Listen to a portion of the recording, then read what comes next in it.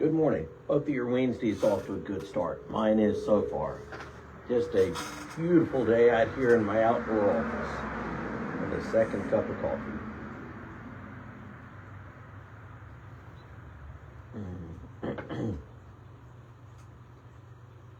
Wow, what a good day.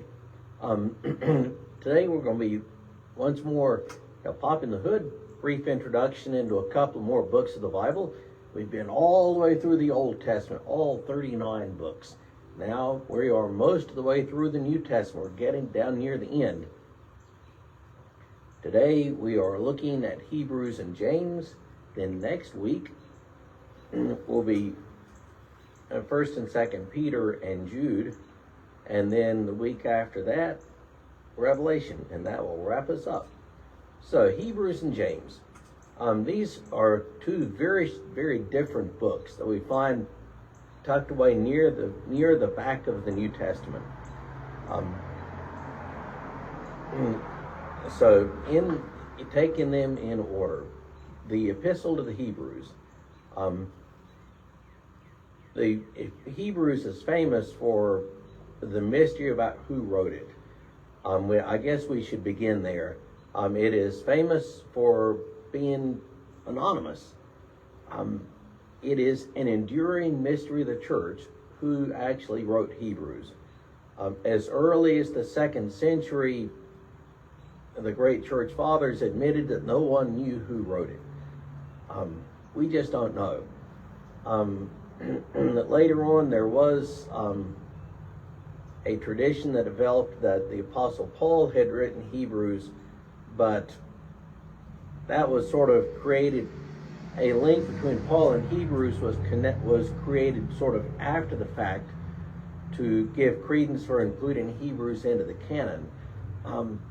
But if you read Paul, read Romans, and you read Hebrews, they are very, very different books. Hebrews, if you get technical in Greek, Hebrews is written on a much more polished Greek, higher level of Greek than what Paul used. Just reading them in letters, Hebrews is very tightly argued. Its construction is tight. And Paul could chase rabbits every now and then. So who are the possibilities? And I encourage you sometime, if you're curious into this, to try to read up or listen to stuff on YouTube about who might have written Hebrews. Probably the two most likely candidates are Apollos or Barnabas, both of whom are companions of Paul's. Some also argue that Priscilla, also an associate of Paul's, had written it. Some have said Luke. But we really don't know. And if the church fathers of the 2nd century didn't know, and were willing to admit that only God knows who wrote Hebrews, then we can be okay in a little bit of mystery there. As far as when it was written sometime 60s through 80s of the 1st century.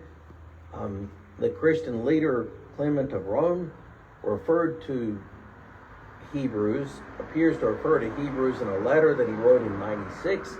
So Hebrews was written sometime before then. I think you can make a really strong case that it was written sometime in the 60s, before the destruction of the temple. Because there's an awful lot of sacrificial language that's used in the book. But that's just, but there's nothing hard and solid about that, but I think you can make a good case for it. Hebrews is categorized as an epistle, a letter. But when you read it, it doesn't really read like a letter. I think that the best way to read Hebrews is to read it thinking of it like a sermon. When you read Hebrews and think of it like a sermon. In terms of structure, the first 10 chapters are very theological, doctrinal. And then the last several chapters are an outgrowth of that. First 10 chapters, heavy, doctrinal, theological, and the last several chapters, given that, how do we live? Given that broad structure layout, there's something else going on when you read through Hebrews. You have a regular pattern of explanation followed by exhortation. A very regular pattern of that.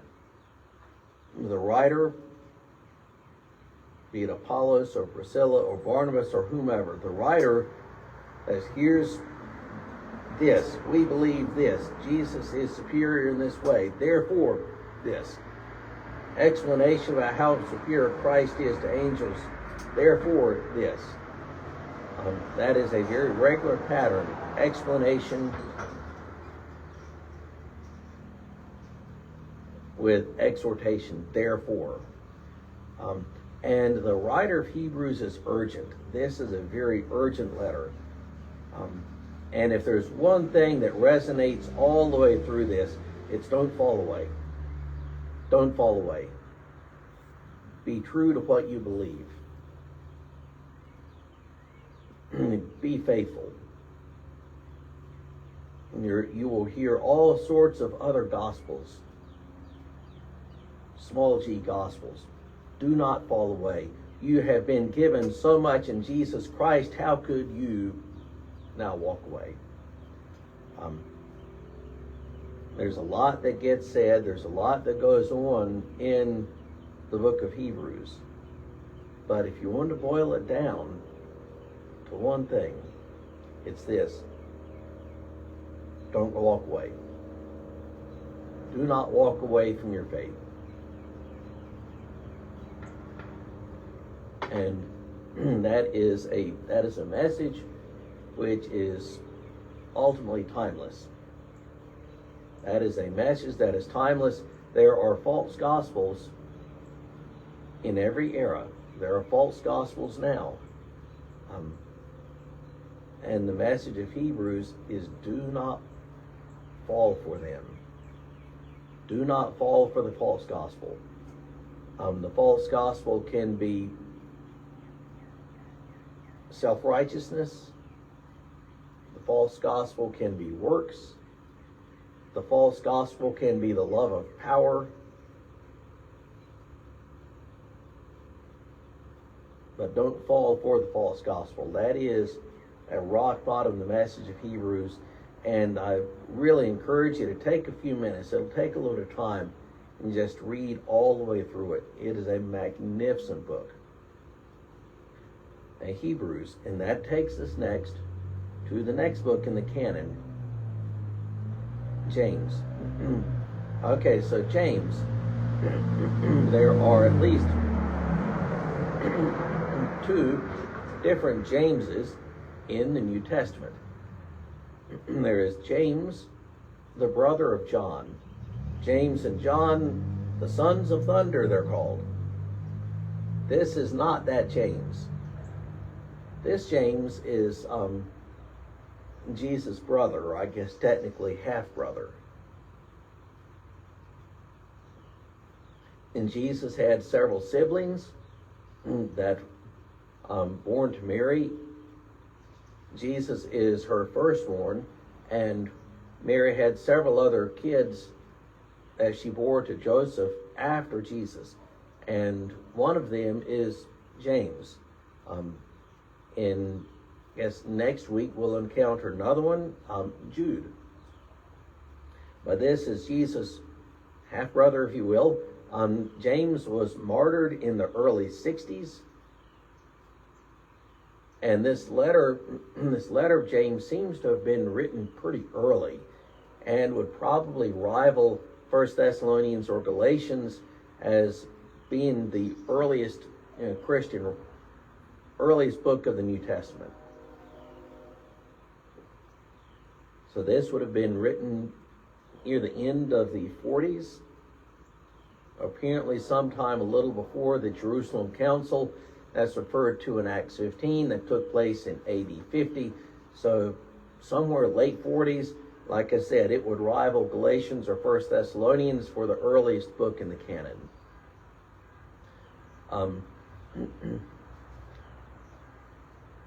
With James, it has the introduction of an epistle. It sounds like it's sort of structured like an epistle, but it reads more akin to wisdom literature. It reads more like Proverbs than it does a letter. It reads very differently from one of Paul's letters where there's a situation in his church and he writes a letter, an argumentative letter addressing that situation.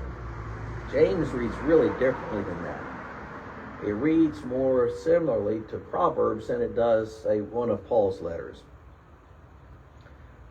James is really, really concerned with how we live out our faith. James doubles down on the practical aspects of the faith. Given what we believe, how do we live? Given what we believe, how do we live? One thing that James does, and I think it's great, sometimes the term religion gets bad press. Christianity is a relationship, not a religion, is the cliche that I've heard. There's nothing wrong with the word religion. Nothing wrong with the word religion. The thing is, it is how do you define the term religion? James says this: religion that is pure and undefiled before God the Father is this: to visit orphans and widows in their affliction, and to keep oneself unstained from the world. I don't think any of us would have an issue with that as a definition for religion. And that's how James defines it. Okay, if you want to see the true faith at work, true religion that is pure and undefiled before God the Father, visit orphans and widows in their affliction, and don't be stained by the world. There is an admonition in James to be doers of the word, not just hearers of it. Hear the word is good. Believe the word is good. But it is also important that you do the word. We must hear the word and believe the word, but we got to do the word as well. Martin Luther is famous for regarding James to be an epistle of straw. Luther hated the book of James. If you think about Luther's context, he is all about justification by faith. Faith alone saves us. Grace alone saves us. And with that is his rallying cry during the Reformation. And if that is that is the core principle of what he believes and his whole way of approaching the faith, then there's going to be things in James that are going to give him indigestion. And there are.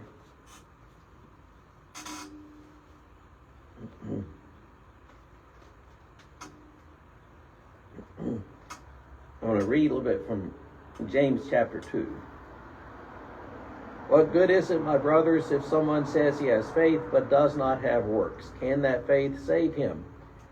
If a brother or sister is poorly clothed and lacking in daily food, and one of you says to them, "Go in peace, be warmed and filled," without giving them the things needed for the body, what good is that? So faith by itself, if it does not have works, is dead. But someone will say, "You have faith and I have works. Show me your faith apart from their works, and I will show you my faith by my works." You believe that God is one, you do well. Even the demons believe and shudder. Do you want to be shown, you foolish person, that faith apart from works is useless?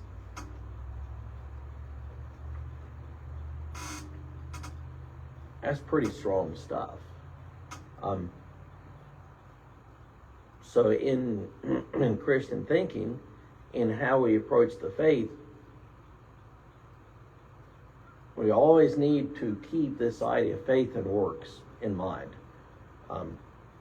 And we have to reconcile some of the portions of Romans and Galatians about justification by faith apart from works of the law with James, who says faith without works is dead. We have to keep those two and hold these two and reconcile them as best we can. And in a nutshell, here's how we do that. Now, entire books have been written about this, but here's how we reconcile it. In a nutshell, our faith, what we believe, must impact and drive how we live. Our faith, what we believe in here, must drive and impact how we live. And the point of James is that if our faith does not drive how we live, then it's not a true and genuine faith. And if on Sunday morning you carry your Bible to church and sing the hymns and love a good sermon, if Monday through Friday you are an absolute scoundrel, James would say you're not a Christian, that your faith is dead. Faith without works is dead. A true and genuine faith is going to always be shown in how we live. A true and genuine faith is going to be shown in how we live. We are not saved by what we do. No, absolutely not. But if we have faith, a genuine and living faith in Jesus Christ, if we have a true and genuine faith in Jesus Christ, that faith will have evidence in how we live. So that is a good word for a beautiful Wednesday morning. Hope you all have a great rest of your day.